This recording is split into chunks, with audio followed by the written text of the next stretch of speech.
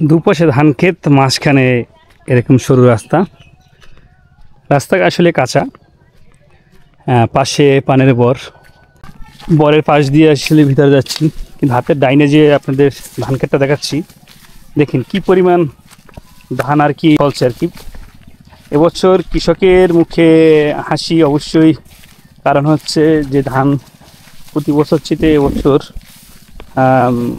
প্রতি 2 মণের অধিক পড়বে আর কি, যেটা কৃষকের মুখ থেকে আমরা শুনলাম। এবং ধানের দামটা অনেক ভালো। আমরা আজকে এখন যে জায়গায় যাচ্ছি, ওই জায়গাটি হলো আমাদের এক পরিচিত ভাই মাছ ধরছে আর কি।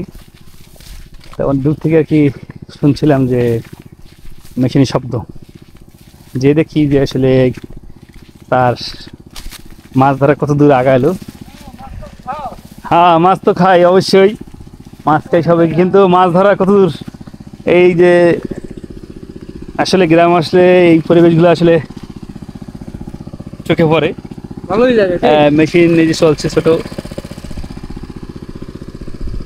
পানি শুকানোর পরে মাছ ধরতে হবে আর কি। ভাবছিলাম যে শেষ পর্যায়ে, কিন্তু আসলে না, এখনো পানি আছে। জল যখন শেষ হয়ে যাবে তারপরে মাছ ধরা যাবে। সাথে পানের বর, পরিবেশটা অসাধারণ। আসলে গ্রাম ছাড়া এরকম পরিবেশ পাওয়া অসম্ভব। মুক্ত হওয়ায় বাতাস, যে এটা ভালো লাগে, এইসব জায়গায় আসলে সবারই আসলে মনটা জুড়িয়ে যায়।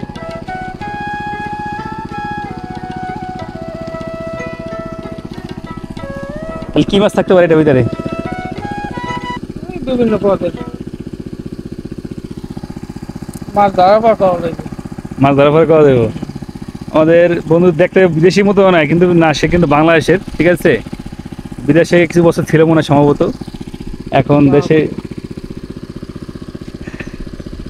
ঠিক আছে বন্ধু, মাছ ধরো, দেখি কি মাছ পাও, ঠিক আছে। তুমিও থাকো।